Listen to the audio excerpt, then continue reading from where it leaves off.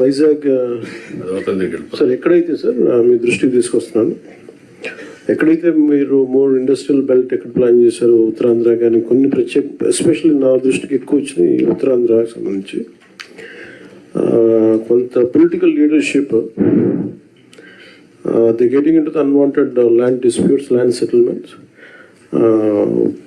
బాధ ఏమనిపిస్తుందంటే officials are not able to act firmly on దాన్ని. అదొక ఫోన్గా ఎస్పెషల్ వైజాగ్, విశాఖపట్నం జోన్లో ఇవి ఎక్కువ జరుగుతూ ఉన్నాయి సార్.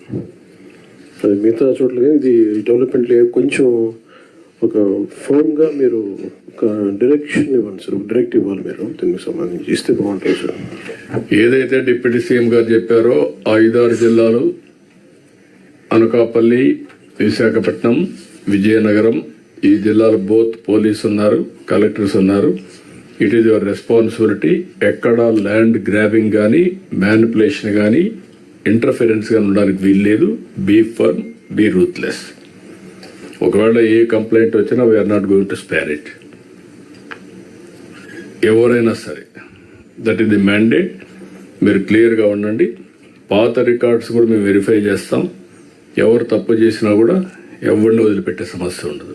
జిల్లా కలెక్టర్లు మరియు ఎస్పీలందరినీ కూడా పిలిచి ఒక 20 గంటల పాటు, 24 గంటల పాటు కూర్చోబెట్టి వాళ్ళందరికీ బ్రెయిన్ వాష్ చేస్తూ, జిల్లా కలెక్టర్లకి, ఎస్పీలకి పాఠాలు చెప్తూ, వారి తప్పుల్ని ఎత్తి చూపుతూ ఎలా ఉండాలి, ఎలా ఉద్యోగం చేయాలి.